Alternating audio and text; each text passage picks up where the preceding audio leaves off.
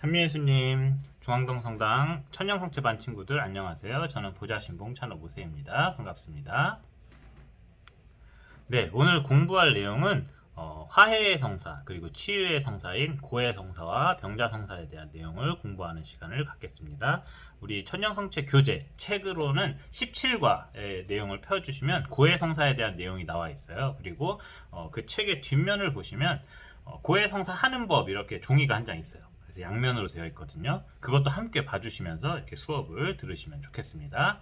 자, 병자 성사는 책이 없어요. 책이 없는데 7가지 성사는 되게 중요한 활동이기 때문에 제가 이제 다 설명을 드릴 예정입니다. 그래서 병자 성사도 같이 공부를 할게요. 그러면은 시작 기도로 주님의 기도 기도하고 오늘 수업 시작하겠습니다.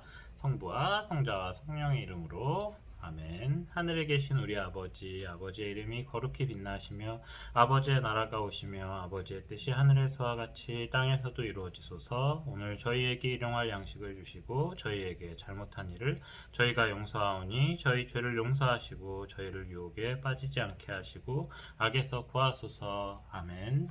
성부와 성자와 성령의 이름으로 아멘. 네. 그러면 이제 화해 성사에 대해서 알아보는 시간을 갖겠습니다. 먼저 성사에 대해서 설명하기 전에 어제 수업 때도 이렇게 성사에 대해서 이야기하기 전에 이제 알려드린 내용이 있어요. 뭐냐면 예수님의 생애에 대한 이야기를 간략히 말씀드렸는데요. 오늘도 다시 한번 우리 친구들이 예수님 어떻게 살았는지 기억할 수 있도록 간략하게 또 말씀드릴게요. 먼저 예수님께서는 태어나셨죠. 특별하게 태어나셨어요. 그래서 하느님께서 성령으로 잉태하게 하셔서 성모 마리아와 하느님께서 이렇게 아들을 낳으셨는데 그 아들이 바로 예수님입니다. 그래서 특별하게 탄생하셨고 하느님의 아드님으로서 태어나셨어요. 그래서 그것을 잘 기억을 해주시면 좋겠고, 다음에 그쵸, 그렇게 태어나신 다음에 성장, 탄생, 성장.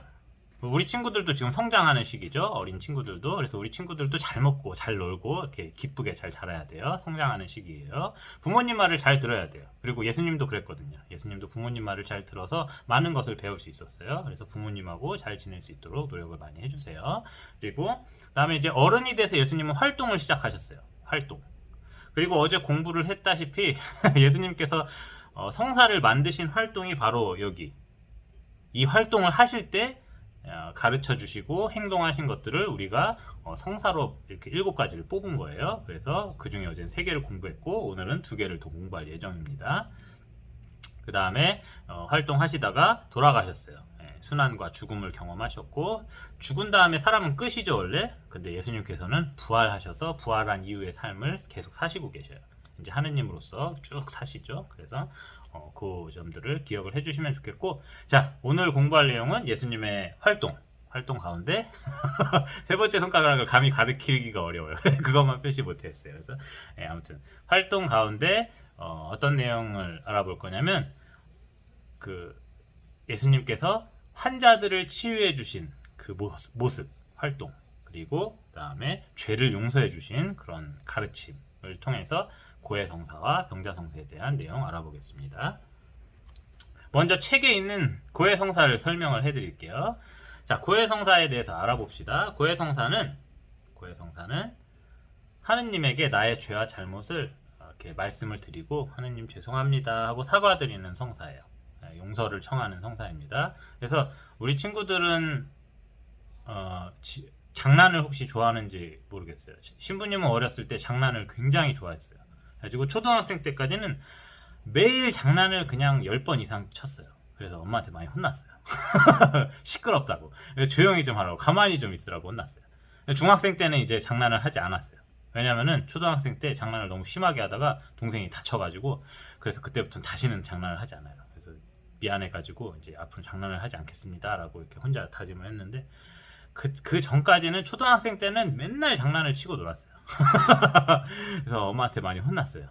그 거울도 깨먹고, 그다음에 이렇게 배드민턴 치다가, 집에서 배드민턴 치다가 저기 천사상이었나? 천사상도 떨어뜨려서 이렇게 깨트리고 장난을 되게 많이 쳤어요. 그래가지고 어머니한테 늘 혼났어요. 근데 아무튼 이제 이 일을 생각하면은 고해 성사에 대해서 이해하기가 쉬워요. 잘못을 하면 어떻게 돼요? 너 일로 와봐. 너 일로 와봐. 가지고 너 이거 왜 그랬어? 이거 누가 그랬어? 하고 이거 엄마가 물어보겠죠? 그러면은 죄송해요, 제가 그랬어요, 그래서 잘못했어요 라고 엄마한테 말씀드리면 엄마한테 좀 혼난 다음에 그다음에 너 다음부터 그러지 마, 알았어? 해가지고 네 하면은 그 어떻게 된 거예요? 잘 해결된 거예요. 잘 해결된 거예요. 안 그러면은 이제 집에서 쫓겨난 적도 있거든요. 아 이거 이제 겨울에 쫓겨나갖고 추워가지고 뭐 그러니까 엄마가 딱 문 열고 쳐다보더니 들어와 해가지고 고마워요. 그리고 겨우 집에 감사함을 느꼈어요. 집에 있다는 감사함, 그 다음에 어머니께서 용서해 주신 거에 대한 감사함을 느꼈어요. 그거랑 똑같아요. 고해성사는 하느님께 잘못한 거를 신부님한테 대신 얘기해요. 하느님 대신에 신부님한테 얘기를 하고, 그리고 신부님이 하느님 대신에 요거를 잘못했으니까 이렇게 반성하는 태도로 이렇게 사세요 라고 말씀해 주시면 네 하고 보속을 실천하면 됩니다. 그래서 하느님과 화해하는 성사, 나의 죄를 씻는 성사이기 때문에 치유를 받는 성사라고 합니다. 고해성사의 의미는 이렇습니다. 그리고 고해성사의 효과에 대해서 설명해 드릴게요. 효과는 용서를 받아요, 하느님께. 하지만 하느님께 용서를 받는 거지 내가 실제로 죄를 지은 것이 사라지는 건 아니에요. 그러니까 죄는 남아있어요. 죄는 남아있지만 하느님께서 혼내야 되는데 네가 잘못했으니까 죄송해요 하고 싹싹 빌면 어떻게 돼요? 그래 봐줬다 해서 때리는 걸 멈추는 거예요. 하느님께 용서만 받은 거지 죄가 없어지는 건 아니에요. 그래서 내가 만약에 누구의 돈을 훔쳤다, 아니면 누구의 장난감을 훔쳤다, 그럼 훔친 거 누구한테 있어요? 나한테 있잖아요. 그렇죠? 그래서 도둑질을 하면은 벌을 받아야 돼요. 근데 하느님께 그거를 제발 봐주세요 해서 하느님께 대해 받는 벌은 용서를 받는 거고, 그리고 그 벌을 세상에서 받아야 될 벌은 다 받아야 돼요. 그러니까 내가 고해성사 받았다고 난 죄가 없다 뭐 이런 식으로 생각하면 안 돼요. 죄를 짓지 않도록 최선을 다해야 합니다. 하느님께 용서를 받고 하느님께 죄를 사함을 받는 거예요. 하지만 우리가 죄를 짓지 않도록 노력해야 한다는 점은 분명하게 꼭 기억을 해야 됩니다. 죄를 지으면 다른 사람한테 피해가 가요. 그래서 죄는 안 지을 수 있도록 최선을 다해야 합니다. 자, 그 다음에 행위. 고해성사의 행위는 5가지가 있어요. 되게 중요해요. 이 5가지는 가급적 외울 수 있도록, 왜냐면 우리 친구들이 이 5가지를 실천해야 돼요. 고해성사를 할 때마다 5가지를 기억을 꼭 해주시고 행동을 해주세요. 설명을 해드릴게요. 첫 번째, 성찰은 내가 무슨 잘못을 저질렀는지 뉘우치는 거예요. 내가 동생을 때렸어. 내가 친구를 때렸어. 아니면 친구를 너무 많이 놀렸어. 친구가 화가 나서 막 울었어. 막 이런 것들을 내가 이렇게 살면서 이렇게 어떤 잘못을 했는지 생각해보고 떠올려보고 뉘우치는 거예요. 그게 성찰입니다. 통회는 반성을 하는 거예요. 반성. 내가 그랬으면 안 됐는데, 친구를 놀릴 게 아니고 친구하고 즐겁게 놀았어야 했는데, 아니면 동생을 때리지 말고 동생이랑 사이좋게 지냈어야 됐는데, 이렇게 본인의 잘못을 뉘우치고 어떻게 잘 살아야 될지 생각을 하는 겁니다. 그것이 통회예요. 통회. 하느님께로 돌아가는 거예요. 통회. 다시 돌아가는 거. 그리고 결심은 뭐냐면 내가 죄를 짓지 않기 위해서 최선을 다하겠다고 약속하는 거예요. 하느님하고. 하느님, 제가 앞으로 안 그럴게요 라고 마음을 먹어야 돼요. 안 그러면은 이런 것들을 이 앞에 3가지 이 활동을 하지 않으면 우리 죄를 충분히 뉘우쳤다고 보기가 어려워요. 그러니까 고해성사를 할 준비가 안 된 거예요. 이거 없이 나 고해성사 봐야겠다 해가지고 그냥 내가 거짓말하고 친구 때렸어요. 그리고 아무 생각 없이, 지금 신부님 표정처럼 아무 생각 없이 제가 친구 때렸어요 이런 식으로 고해성사를 하면 준비하지 않고 고해성사를 본 거예요. 그러면 사실 뉘우치지 않고 자기 잘못만 말한 거니까 그다지 화해를 한 그런 의미가 떨어지죠. 그래서 그렇다는 점. 그리고 이런 잘못을 했을 때 하느님께도 말씀드려야 되고 사람들한테도 얘기를 해서 이렇게 같이 해결을 해야 되는데 그 준비가 다 안 된 거예요, 이 사람은. 그래서 자기가 뉘우치는 마음이 있어야지 그 사람하고 이제 앞으로 잘 지낼 수 있도록 노력을 할 수 있는데, 뉘우치는 마음이 없으면 잘 지내기 위한 노력을 하지 않아요. 그러면 해결이 안 돼요. 그냥 내 죄 없어져라 하고 해소만 한 거예요. 해소랑 해결이 다른데 그 어린이들은 모르니까 그냥 안 몰라도 돼요. 아무튼 그렇습니다. 그래서 아무튼 중요해요. 이 3가지 과정은 굉장히 중요합니다. 고해성사에서. 자, 다음 마지막이래. 4번째랑 5번째는 거의 이어져 있어요. 이거는 고해소에 들어오셔서 할 행동이에요. 고해소에서 들어오면은 이 2가지 고백과 보속을 받습니다. 고백은 내가 해야 되고 보속은 신부님이 주는 거예요. 그래서 고백은 내가 죄를 이렇게 지었습니다 라고 제가 아까 수업 시작하기 전에 말씀드린 종이 있죠. 고해성사를 보는 방법 써있는 종이 있어요. 그 종이를 보시면 이렇게 고해성사를 하세요 라고 설명이 되어 있습니다. 그래서 고해소에 들어와서 기도하시고 고해성사 한지 얼마나 되었습니다. 아니면 처음 고해성사를 하는 사람들은 첫 고백입니다. 이렇게 말한 다음에 자기 죄를 쭉 이야기해 주시고 그 다음에 신부님의 이야기를 들어야 돼요. 그래서 신부님께서 어떻게 사세요 라고 얘기해 주시고 보속을 말씀해 주십니다. 고백은 내 죄를 말씀드리는 거고 보속은 이거를 실천하세요 라고 신부님이 이렇게 기도문이나 아니면 선행을 이야기하실 거예요. 그래서 우리 친구들이 기도문을 외워야 돼요. 그래야지 고해성사를 받을 수가 있습니다.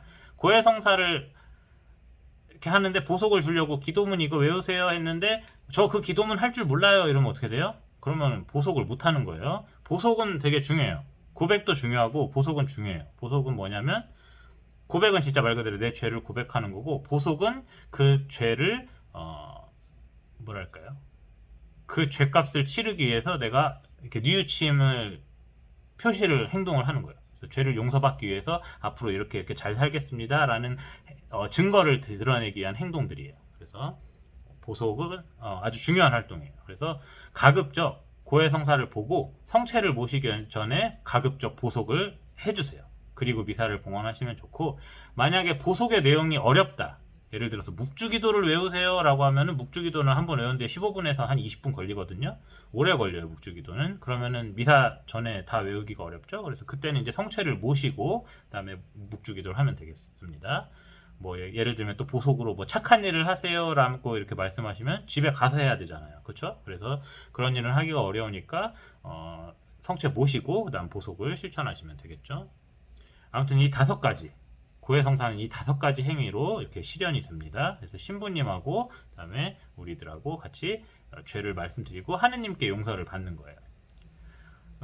개신교에서는 그러니까 교회라고 하죠. 개신교에서는 고해성사를 하지 않아요. 왜냐하면은 신부한테 말하는 게 왜 하느님한테 말하는 거예요? 저는 이거 믿을 수가 없어요. 라고 이렇게 고해성사 안 해. 이러고 있어요. 뭐 그럴 수 있어요.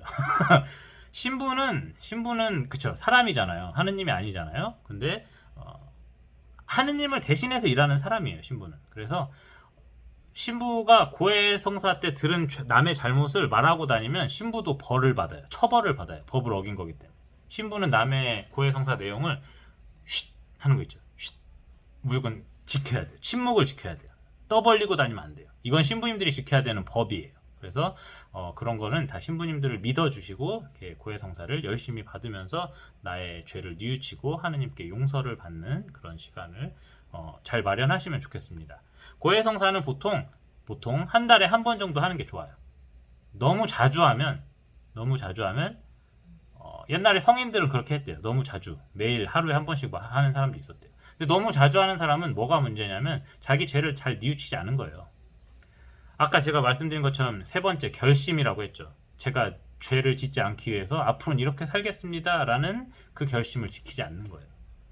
그러니까 좀 노력을 하다가 그래도 뭐 못 지킬 수는 있어요. 그러면 일주일 정도 후에 다시 볼 수는 있어요. 다시 볼 수는 있지만 아무튼 가급적 최선을 다해서 이렇게 죄를 짓지 않도록 노력을 하면서 한 달에 한 번 정도는 보는 게 좋아요. 너무 고해성사를 안 보고 막 1년에 한 번씩 본다 이러면 안 돼요. 그러면은 불량한 신자로 이렇게 성당에서 처리를 해요. 그래서 괜히 오해받지 마시고 한 달에 한 번 보면 아무런 문제가 없어요. 그리고 착한 사람으로 살 수가 있어요. 그래서 그런 거를 알아주시면 좋겠고요. 판공성사라고 있습니다. 우리나라에서는 1년에 2번 예수님 탄생 성탄절 한 달 전에 그리고 예수님 부활하기 한 달 전에 고해성사를 무조건 의무적으로 한 번씩 봐야 돼요. 그러니까 1년에 2번 고해성사를 봐야 되는 거예요. 그래서 이것들을 꼭 기억을 해주시면서 고해성사도 이렇게 잘 이해해 주시고 적극적으로 행동해 주시면 좋겠습니다. 고해성사는 우리가 자주 참여할 수 있어요. 자, 미사 전에 보통 한 20분, 30분 전에 신부님들이 고해소에서 고해성사를 준비합니다. 그래서 고해소에 미리 들어오셔서 고해성사를 해야 되겠다 생각이 들면 성당에 조금 더 일찍 오셔서 고해소에 들어오셔서 그다음에 고해성사 하시고 보속을 할 수 있으면 하고 그다음 미사를 봉헌할 수 있도록 준비를 해주세요. 자, 그럼 이제 병자성사에 대해서 설명을 드리겠습니다. 병자성사는 아주 간단하게 말씀드릴게요. 병자성사는 말 그대로 병자, 환자를 위해서 성사를 봉헌하는 그런 행입니다. 성사입니다. 그래서 아픈 사람들을 위해서 성사를 이렇게 하는 거예요. 예수님께서도 그 복음서를 읽어보면 예수님 활동을 하실 때 아픈 사람들을 예수님한테 엄청 많이 데려왔대요. 다른 사람들이. 예수님 좀 치료해 주세요 라고 데려왔고 예수님께서는 이 아픈 사람들을 다 치료해 주셨어요. 그러면 병자성사는 환자들을 치료해 주는 성사입니까? 라고 질문할 수 있는데 아니에요. 아니고요. 예수님께서는 그 하느님의 아드님이시기 때문에 치료를 해주셨던 거예요. 치유를 해주셨는데 성직자는 하느님의 아드님이 아니에요.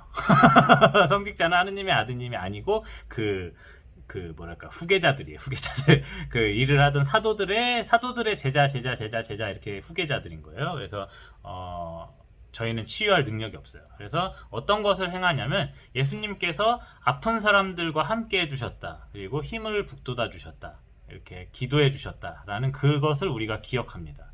그래서 환자들에게 힘을 주고 주님께서 당신과 함께 해주십니다. 주님께서도 살아계실 때 아프신 적이 있었어요. 언제였냐면 돌아가시기 전에 되게 많이 아프셨어요. 그래가지고 그때 예수님 되게 힘든 시간을 보냈기 때문에 우리들이 아픈 걸 예수님께서는 다 아시고 우리를 응원을 많이 해주세요. 그래서 예수님께서 우리를 응원해 주십니다라고 이렇게 환자분들에게 응원해드리는 성사가 바로 병자성사입니다. 그래서 환자들을 위로해주고 힘과 용기를 준다라는 것 이렇게 알아주시면 좋겠어요. 효과. 그렇게 응원해주면 어떤 효과가 있을까요? 환자들이 아프면 진짜 힘들거든요. 아프면 너무 힘들어요. 힘든데 그래도 예수님께서 나랑 함께 있어주시는구나 해서 위로를 받을 수가 있어요. 되게 큰 힘이 돼요. 아무것도 없고 내가 이제 기력도 없고 힘도 없고 내가 불편하고 이런데 그 순간 누군가 나와 함께 해준다는 게 이렇게 많은 위로와 힘이 됩니다. 그래서 난 혼자가 아니구나, 나를 도와주는 함께하는 사람이 있구나 라는 것을 믿을 수가 있어서 힘이 많이 되는 성사입니다. 행위는 어떻게 하냐면 먼저 신부님께 요청을 해서 신부님이 오케이 알겠습니다 하고 이렇게 병자성사를 하러 가요. 아니면 병원에 있는 신부님이 병자성사를 해주셔요. 그러면 어떻게 되냐면 기름을 먼저 발라주셔요. 이분을 위해서 주님의 축복이 있기를, 주님께서 도와주시기를 빕니다. 해서 기름을 발라드리고 그다음에 그분을 위해서 기도를 드립니다. 기도를 드리고 마지막으로 영성체를 해드리면서 주님께서 나와 함께 하십니다 라는 걸 알 수 있도록 도와줍니다. 영성체를 하는 시간이 미사 때만 하는 게 아니고 이렇게 병자성사를 통해서도 영성체를 할 수가 있습니다. 이 점은 굉장히 중요해요. 그래서 내가 만약에 몸이 많이 아프다, 큰 수술을 앞두고 있다, 감기 이런 거 말고 감기 뭐죠? 아토피 이런 거 말고 내가 몸이 많이 아프다, 백혈병 아니면은 그렇죠? 큰 수술, 맹장 수술 이런 거 말고 아무튼 큰 수술 이런 걸 앞두고 있다.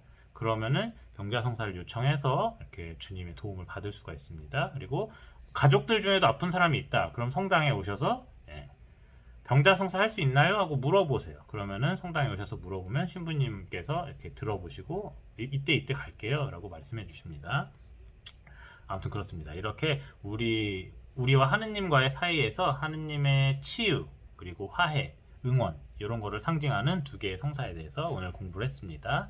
그래서 이런 성사들을 우리 생활 안에서 이렇게 받을 수 있기 때문에 이런 성사를 통해서 하느님과 더 가까워지고 이렇게 살아가는데 도움이 되는 많은 힘을 얻으실 수 있는 그런 시간들 보내시면 좋겠습니다. 네, 마침 기도로 영광송 바치고 오늘 수업 마치겠습니다. 성부와 성자와 성령의 이름으로 아멘. 영광이 성부와 성자와 성령께 처음과 같이 이제와 항상 영원히 아멘. 성부와 성자와 성령의 이름으로 아멘. 그러면 건강하시고 행복한 시간 보내세요. 안녕히 계세요.